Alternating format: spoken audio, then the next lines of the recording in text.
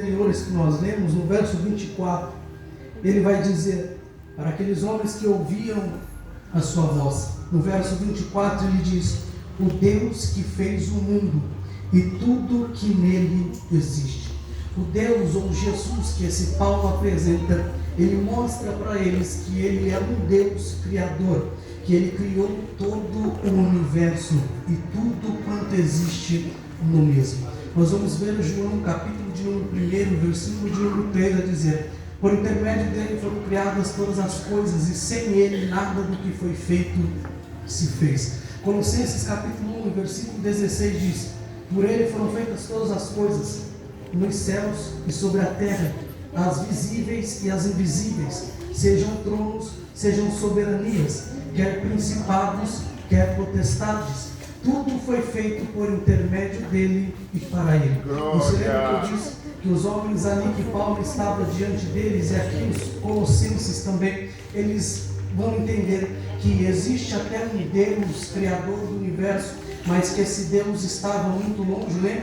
Pois bem, esses homens que Paulo está pregando, eles entendem isso. E em Colossenses, quando Paulo começa a dizer sobre esse Deus, que ele fez por meio dele e para ele, ou seja, Paulo, quando diz por meio dele, Paulo está apontando para o alfa, ou seja, que ele é o primeiro. E quando diz para ele, ele aponta para o ômega, que ele é o último. Esses homens que acreditavam nesse Deus que é criador, mas está distante da natureza e da humanidade, Paulo vai dizer: ei, espera aí que eu quero mostrar um Deus diferente. E esses homens, eles prestavam cultos a seres, a anjos ou aos aeons, porque eles acreditavam que esse Deus estava tão longe deles, que eles prestavam culto a anjos, dizendo que esses cultos talvez preencheriam ali a lacuna que esse Deus deixou diante desses homens e da natureza. Então por isso Paulo vai dizer assim: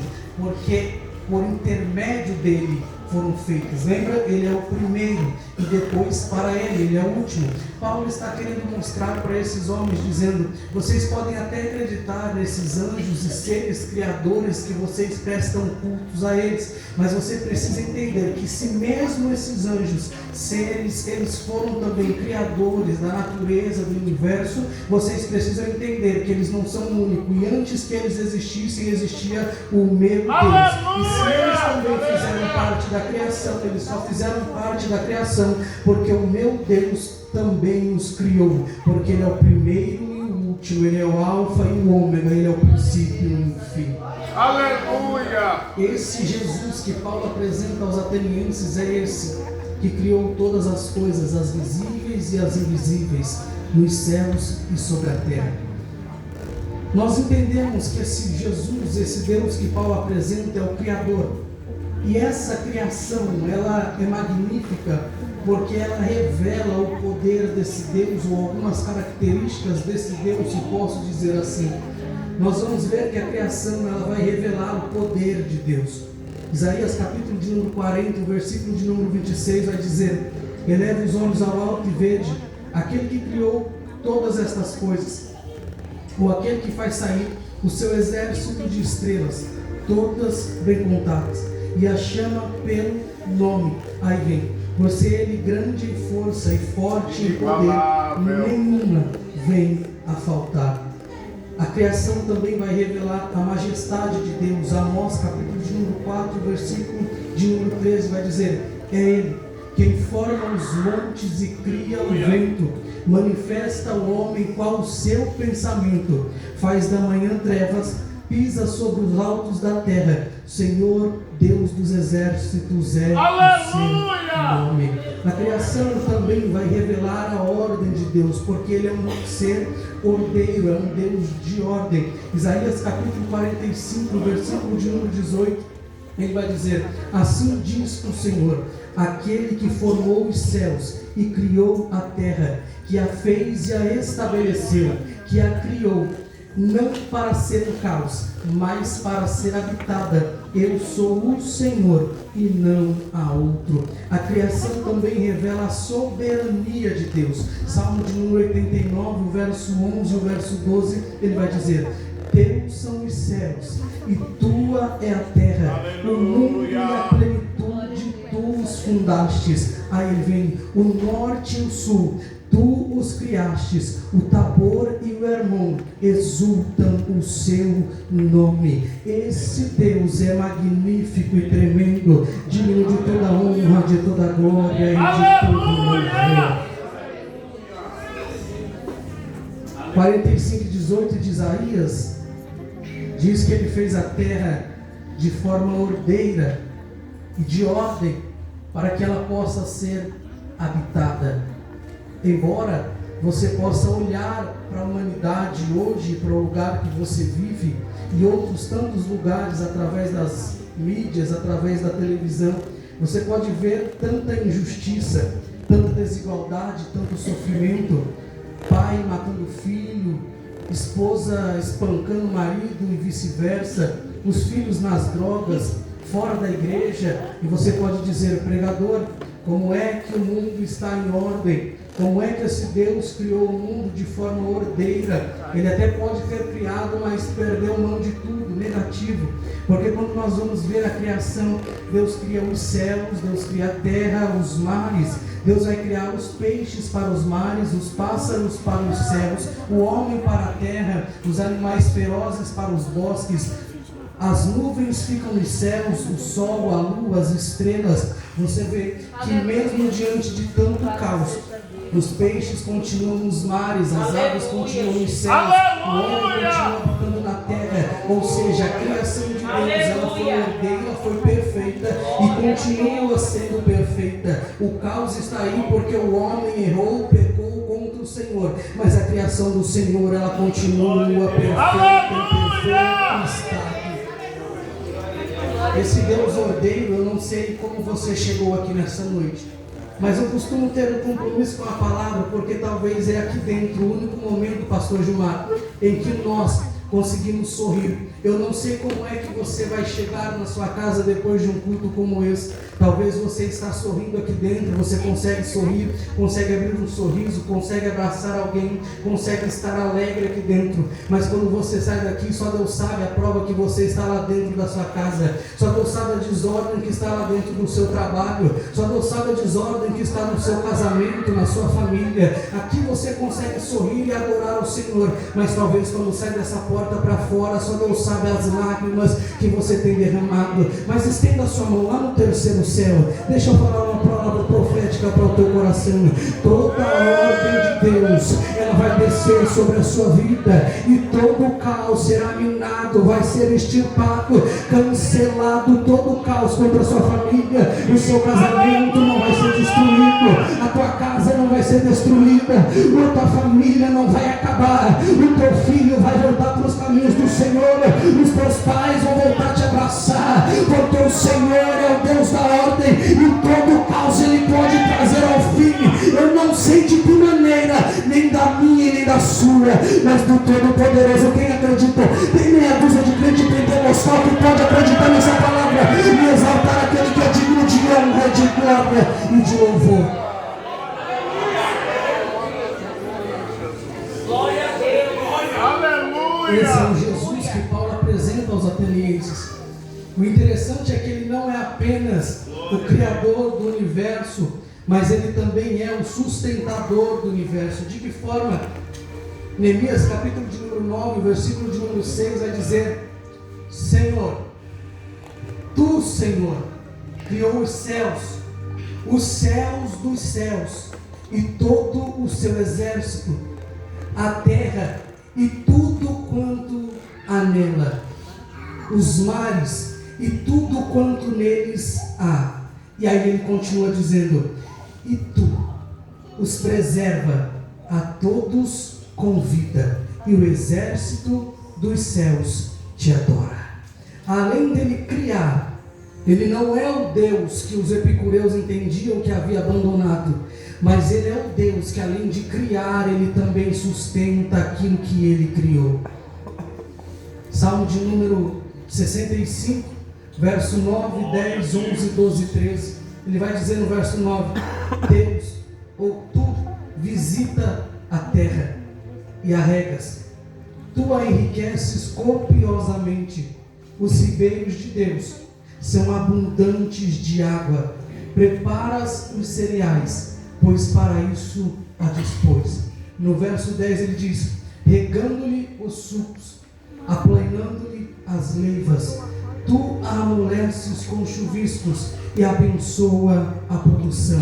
O verso 11: coroas o ano da tua bondade, e as tuas pegadas destilam fartura. Verso 12: destilam sobre as pastagens do deserto, e de júbilo se revestem os outeiros. E no verso 13 ele diz: os campos se enchem de gado, e os montes se revestem de espiga. Não, você não entendeu, por isso você não adorou, mas eu vou explicar para você entender. Ele está dizendo assim: tu visitas a terra só tem um plantio, porque é o Senhor que a rega, a terra só tem água, porque os seus ribeiros é que estão cheios, o Senhor é que abençoa a produção, o gado ainda só está sobre o campo, porque é o Senhor que o sustenta, as espigas ainda só crescem, porque é o Senhor que sustenta, os lírios, os girassóis, as rosas só crescem ainda, porque é o Senhor que sustém, é o Senhor que rega o solo, é o Senhor que aplana o solo para a produção.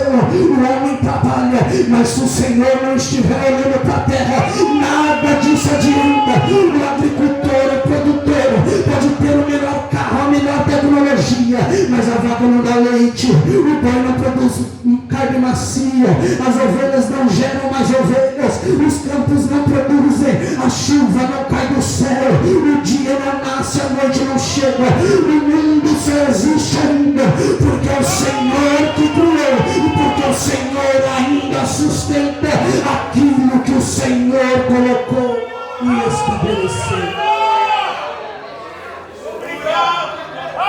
Isso é o que Paulo quer, pastor Gilmar, apresentar aos atenienses.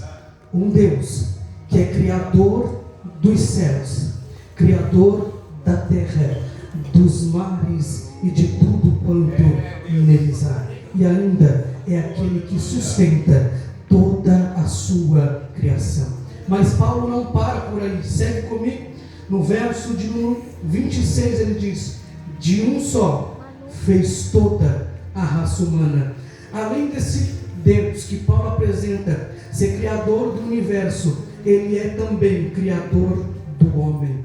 Vou repetir: o mesmo Deus que criou o universo é o Deus que também criou o homem. E é magnífico, nada melhor do que o criador do produto para conhecer o produto que ele mesmo fez. Portanto, quando começo a olhar para Isaías 40 e 26, que diz que ele conhece todas as estrelas e que ele chama cada estrela pelo nome, isso porque foi ele que criou, eu posso entender que da mesma forma que ele criou a natureza, ele criou o homem, e da mesma maneira que ele conhece cada estrela pelo seu nome, ele também conhece cada homem pelo seu nome, a qual ele mesmo criou.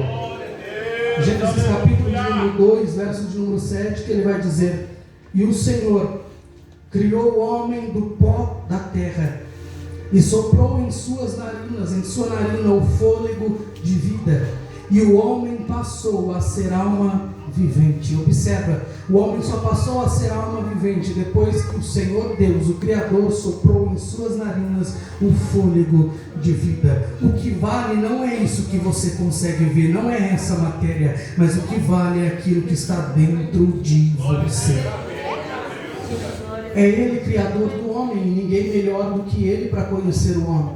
O salmista, no Salmo de número 139, no verso de número 1, ele vai dizer: Senhor, tu me sondas e me conheces. Aí no verso 2, conheces o meu assentar e o meu levantar, vírgula, de longe penetras o meu pensamento. No verso de número 13 ele diz: tu formastes o meu interior e me tecestes no seio da minha mãe. No verso 16 ele diz: os teus olhos me viram ainda substância informe. Quando o salmista diz que o Senhor é quem o conhece, o que o sonda, eu fui entender mais ou menos, pastor Gilmar, sabe quando você vai escolher feijão? Quando o salmista talvez aqui dizendo que o Senhor te sonda, você que escolhe feijão, você pega o saco de feijão, abre ele, coloca ele sobre a mesa e começa a abrir ele assim para ver as impurezas, não é assim que você faz? Aí você estica ele sobre a mesa e vê um grão de milho que está lá, você tira, um pedaço de madeira você vai e tira. Quando o salmista está dizendo, tu me sondas, é mais ou menos isso, pastor Gilmar. Ele diz, tu me esticas sobre uma mesa e tu olha tudo sobre mim e nada passa desapercebido diante dos teus olhos. Aí ele diz, tu me sondas e me conheces. Aí ele continua, conhece o meu assentar e o meu levantar, coisas fáceis da vida. Mas ele diz, e de longe tu penetras o meu pensamento.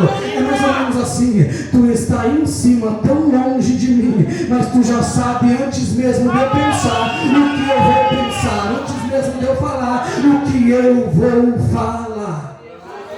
Aí ele diz, aleluia!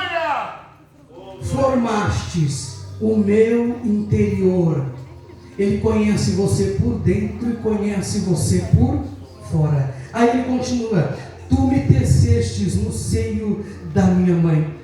Eu fui entender um pouco sobre costura, sobre o crochê, e talvez aqui mais uma habilidade feminina, o homem também faz isso, mas quando a mulher, ela escolhe um rolo de linha, é apenas um rolo de linha que muitos não dão nada, mas ela vai lá, pega o rolo de linha, pega uma ou duas agulhas e começa a costurar, começa a fazer, daqui a pouco sai um tapete. Essa roupa que você está usando saiu do nada. Alguém olha para um rolo de linha e diz, eu vou fazer um tecido, eu vou fazer e tecer. Dificilmente você vai ver alguém costurando com raiva. Dificilmente. Provavelmente, nas maiorias das vezes, 99% das vezes, quem vai costurar, ele senta com muito amor, paciência e carinho, senta, levanta os pés sobre outra cadeira e começa a costurar, e com muita harmonia, muito amor, muito zelo, muito carinho, ele vai costurando, costurando, costurando, e aquilo que era apenas um rolo de linha sai uma linda obra de arte. E eu consigo entender o salmista dizendo, tu me teceste, pastor Gilmar, é mais ou menos assim, com muito carinho, com muito amor, com muito zelo, com muito carinho, muito apreço, ele pegou você do nada e fez você o que é hoje. E o salmista diz, os teus olhos me viram ainda substância informe, como você talvez ainda nem estava nos planos dos seus pais, mas o Senhor já via você aqui nessa noite, já via você aqui adorando. Como se só fosse você, não perdia tempo, adorava, exaltava esse grande Deus que se faz presente aqui nessa noite. Salmo de número 104, verso de número 24, ele vai dizer, que variedade, Senhor, de obras tu fizestes, e todas elas tu fizestes com sabedoria. Eu não sei você, mas eu sou obra de Deus. Tem mais alguém que é obra de Deus aqui? Que Ele fez com sabedoria, Ele te fez, te formou. E deixa eu te dizer mais, nós atingimos 8 bilhões de habitantes em cima dessa terra, mas segundo Isaías, lá dizendo que Ele conhece as estrelas de 8 bilhões, Ele conhece o teu nome. Não que Ele precise saber, mas Ele conhece o nome da tua rua. Não que Ele precise saber, porque Ele não precisa de endereço, mas Ele sabe o número da tua casa.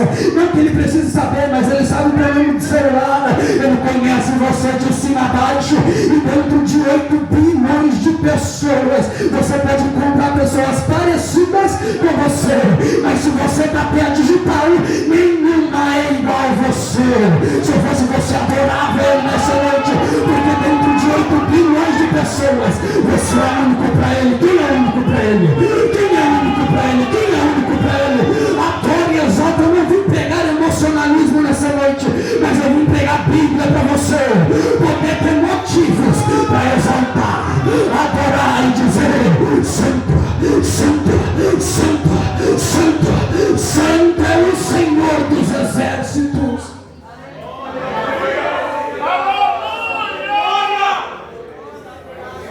Tem adorador aqui ou ainda estou sozinho? Tu formou a natureza, e junto com a natureza o Senhor também formou o homem.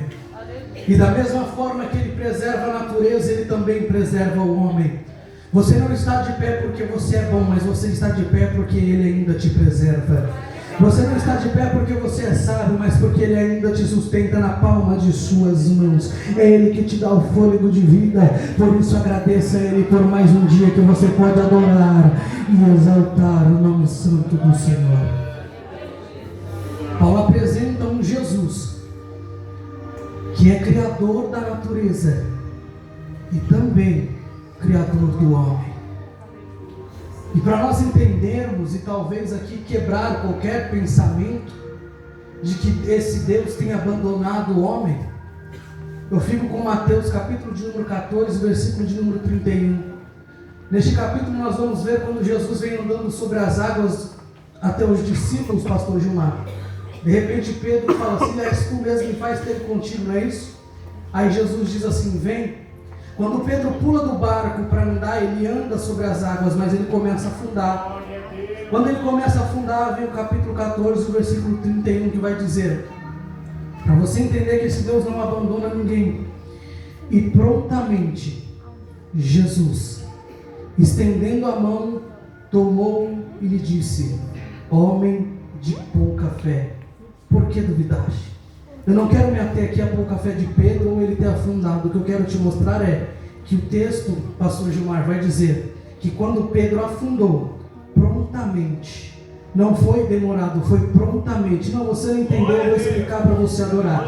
Prontamente, quando Jesus viu aquele moço caindo e se afogando, Jesus talvez até correndo, porque ele andava, mas quando ele viu Pedro, ele veio depressa. Prontamente ele estende a mão para Pedro e levanta ele, coloca ele no barco. Deus não abandonou a criatura que ele criou. Prova disso, ele poderia ter deixado Pedro afundar e morrer, mas quando ele viu, ele disse: eu tenho compaixão dele, eu amo a natureza e também amo o homem, eu amo aquilo que eu fiz, eu jamais vou deixar sozinho aquele que eu criei. Era para você ter dado um glória, porque ele não te deixa sozinho. Era para você ter dado um aleluia, porque ele não te deixa só. Ele nunca te deixou e jamais te deixará.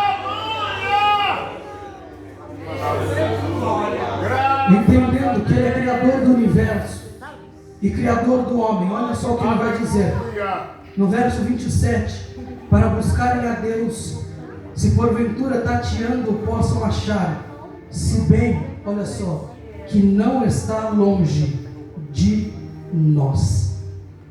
Mais para frente nós pensamos nisso. Por verso, o 31 vai dizer: porquanto estabeleceu o dia em que há de julgar o mundo com justiça. Olha o final do verso, ele vai dizer: ao qual ressuscitou dentre os mortos. Paulo já apresentou um Cristo, um Deus, que é criador do universo, pastor Gilmar. Ele também apresenta um Deus que é criador do homem, e agora ele vai apresentar um Deus ressurreto, um que morreu e voltou a viver novamente. Paulo vai mostrar para esses gregos, para os atenienses, que o seu Deus é maior do que qualquer coisa. Quando Paulo diz que o seu Deus morreu e ressuscitou, alguns vão dizer assim: sobre isso você fala para nós depois, outra hora você nos conta, porque acharam um absurdo.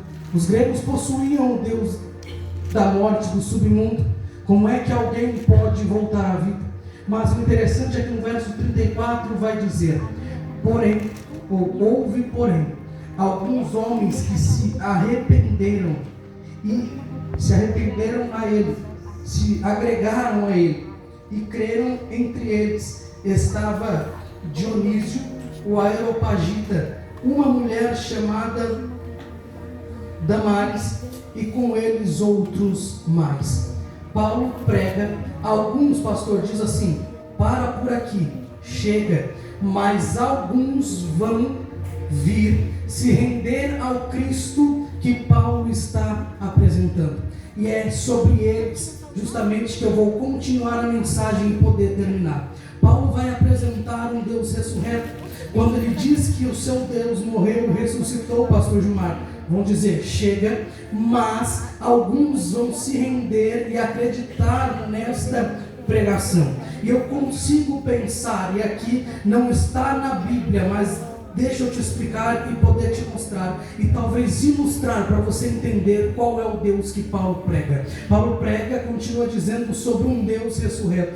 Alguns não quiseram ouvir, mas outros acompanharam a Paulo. E aí, pastor Gilmar, eu fico pensando, porque o homem, ele é cheio de curiosidades. Quando Paulo diz que esse Jesus, ele ressuscitou dentre os mortos e ele é impedido de continuar a pregação, os homens não queriam mais ouvir, mas alguns estão do lado dele. Eu fico imaginando alguém dizendo assim: Paulo, eu quero saber mais sobre esse Jesus. Quem é esse Deus que você está dizendo que morreu e ressuscitou? Como é que um Deus, sendo ele soberano, pode morrer e depois ressuscitar? Ou ele sendo Deus, como é que ele pode morrer? E aí eu fico pensando, Paulo chegando diante desses homens e dizendo assim: se acende porque eu quero contar uma história para vocês. Paulo vai dizer: eu vou apresentar a vocês o Deus que é Criador, que eu já falei da natureza do homem, mas para vocês eu vou continuar essa história. E ele diz: atenienses, esse Deus, ele é invisível,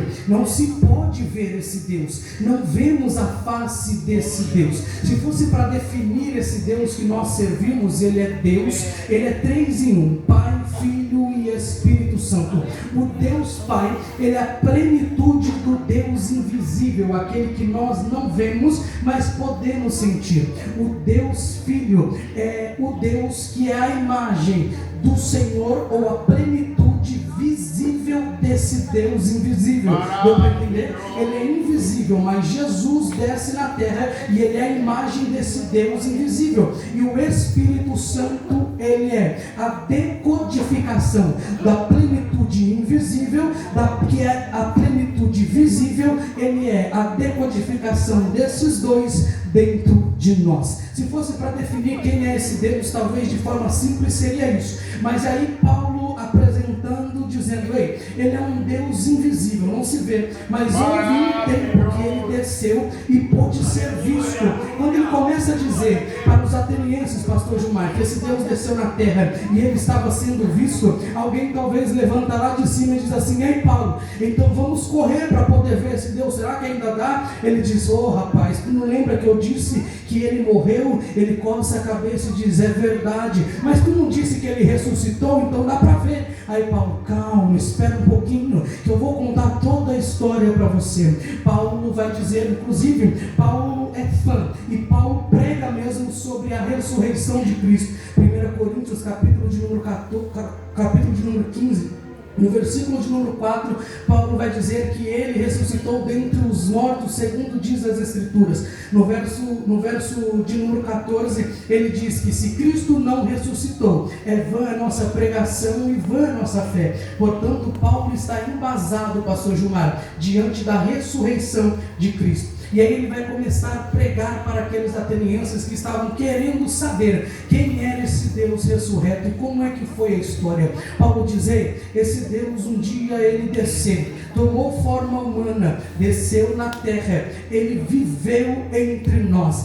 Infelizmente ele morreu, mas no mesmo capítulo de número 15 que eu acabei de dizer, vai dizer que 500 pessoas, pastor Gilmar, cerca de 500 pessoas viram esse Jesus ressurreto. Pois bem, foi um Jesus, um Deus que desceu, tomou a forma humana, não fez mal a ninguém, não amaldiçoou ninguém. Pelo contrário, quando veio a mulher do fluxo de sangue, diante dele ela foi curada. Quando o cego clamou ao seu nome, ele enxergou. Quando o paralítico estava diante dele, ele começou a andar. Todos aqueles que o Senhor estava diante dele, ele curou, fez milagres, ele restaurou até o morto. Quando ele chegou diante do esquife, ele toca no esquife e o morto ressuscita. Um outro que já tinha sido morto há 4 dias, ele gritou: sai para fora, Lázaro. E depois de 4 dias de morto, Lázaro sai para fora. Esse é um Jesus que não fez mal a ninguém. Mas aí alguém pergunta: Paulo, por que é que mataram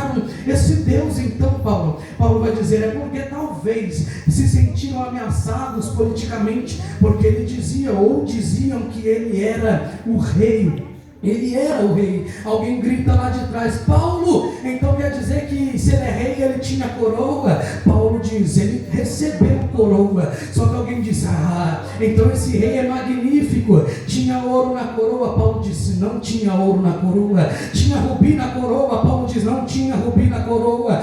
Que pedra preciosa tinha na coroa, Paulo? Paulo vai dizer: infelizmente, a única coroa que ele recebeu foi quando ele estava no caminho da sua morte. Que coroa, Paulo? Uma coroa de espinhos. Diante de um homem tão bom, deram a ele uma coroa de espinhos. E mais, além de colocarem uma coroa de espinhos na sua cabeça, pegaram um caniço e começaram a bater. Os espinhos eram da espessura de um dedo, pastor Gilmar, e quando batiam com o caniço naquela coroa, os espinhos começaram a perfurar a caixa craniana de Jesus. Alguém diz: Paulo, que Deus é esse, Paulo? Pois é, eu ainda não acabei a história, ateniense.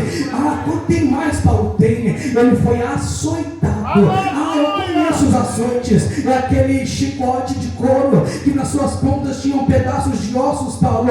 É esse, pastor Gilmar, que foi lançado contra a carne de Jesus. E bateram. Cada chicotada saía pedaços de carne naqueles pedaços de ossos. Quando Jesus pensou que acabou, eles pegam uma manta de escarlate, coloca sobre o corpo de Jesus. Você já estancou o sangue e colocou um algodão? O que acontece quando você coloca o algodão? Ele seca e estanca o sangue, mas ele gruda, não gruda? Pois é, aquela manta grudou sobre a pele de Jesus. Alguém lá no fundo já começa a chorar dizendo: eu não acredito que esse Deus sofreu. Como assim, Paulo? Paulo vai dizer: pois é, ainda tem mais. Levaram ele para ser crucificado, ateniense. E alguém grita: como assim? O que é que ele fez? Não fez nada de mal, mas foi levado para a cruz. E tem mais ainda: a cruz, pastor Gilmar, não era para ele. A cruz era para um homem chamado Barrabás. Ele era maior do que Jesus. Sabe o que aconteceu para poder pregar Jesus na cruz? Colocaram ele quando os braços não chegaram. Veio dois homens, um à sua direita e outro na esquerda, e começou a puxar para que seus braços pudessem ser esticados. Mas deixa eu te dizer uma coisa: osso não estica, carne também não estica. Ele não era de plástico, não era de elástico. O que aconteceu, pregadora? Quando começaram a puxar Jesus, os seus ombros começaram a se deslocar, os ossos saíram do lugar. E Paulo dizendo: mas ele sofreu calado, como ovelha muda, ateniense. Ele sofreu por você, que acredita em um monte de deuses, que não pode fazer nada pela sua vida. Mas ele sofreu. As lágrimas começaram a rolar, os atenienses chorando, e alguns se derramando diante de Jesus. E Paulo vai dizer: pois é, ele foi levantado na cruz, ele foi exposto à vergonha. Colocavam os crucificados nus e todos viam a sua vergonha. Mas ali vai dizer que ele morreu. Só que passou 3 dias, pastor Gilmar. De repente chegaram no túmulo e disseram: cadê o mestre Jesus? Ele ressuscitou, não está mais dentre os mortos. Como assim, Paulo? Mas será que é verdade essa história? Lucas capítulo de número 24 e versículo de número 13. Estão os discípulos subindo no caminho de Emaús. De repente chega um homem do lado deles. Eles estavam tristes porque Jesus havia morrido. Estavam tristes porque haviam matado o Messias, o seu mestre. Alguém chega do lado dele assim e diz: ei, por que vocês estão tristes? O que é que vocês estão conversando? Aqueles 2 discípulos vai dizer para um moço que agora se chegou a eles dizendo: mataram o nosso mestre, mataram o nosso Messias. Imagina Paulo contando a história. Então, atenienses, mataram o nosso Messias. E aqueles 2 discípulos subindo, de repente eles chegam a seu destino final. Eles chegam em sua casa e vão entrar para dentro da casa, Gilmar. Só que quando eles olham para o céu, o dia já está caindo. E aí ele olha para aquele moço com compaixão e ele diz: ei, entra para dentro de casa, entra para cá porque já está tarde, não vamos deixar você caminhar sozinho. Eles colocam o hóspede dentro de casa. A partir daquele momento, aquele moço passa a ser hóspede daqueles 2 discípulos. Quando eles começam a estar diante dele, preparam uma mesa e aí eles vão comer. Aqueles moços, aqueles discípulos deixam aquele hóspede partir o pão. E quando ele vai partir o pão, vem um arrepio do pé até o alto da cabeça, e um olha para o outro e começa a desconfiar. Um ateniense grita lá: Paulo, como assim? Por que eles se arrepiaram quando o moço partiu o pão? É porque quando aquele moço partiu o pão, eles reconheceram que não era qualquer um que estava dentro da sua casa, mas quem estava lá dentro era Jesus de Nazaré, que havia morrido, mas havia ressuscitado. Quando eles olharam de novo para o moço, ele já tinha ido embora. Eles saíram dizendo: ele está vivo, ele ressuscitou. Jesus está vivo. Aí ele diz: porventura, enquanto ele pregava para nós, o nosso coração não se acalmava e se aquecia, o nosso corpo não se aquecia quando ele pregava. Deixa eu profetizar sobre a sua vida, que quando eu pregar ou qualquer outro homem pregar aqui nessa tribuna, você não perceba apenas a voz do pregador, mas que seja a voz de Deus e a palavra de Deus aquecendo a sua alma.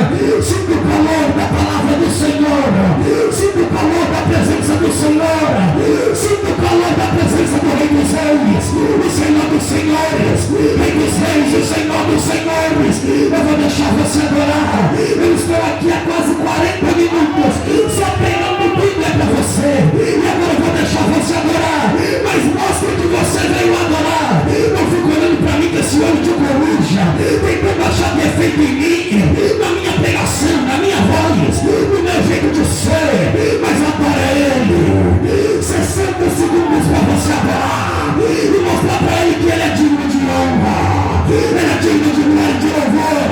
Como ovelha muda, Ele foi levado ao matadouro. Ele podia fugir, podia deixar, mas Ele olhou para mim e para você e disse: eu não vou voltar atrás, porque existe um povo que está condenado ao inferno. Existe atenienses e gregos condenados ao inferno, mas o inferno vai perder mais uma, porque o Rei dos Reis e Senhor dos Senhores já chegou aqui. Tem meia dúzia de crente pentecostal para adorar. Não é para mim, mas é para Ele, é para Ele, é para Ele, é para Ele, é para Ele, é para Ele. Se monte de pé adorando a Ele.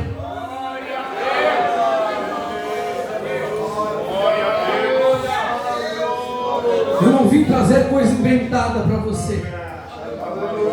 Eu vim trazer a Bíblia, que é a revelação da palavra do Senhor.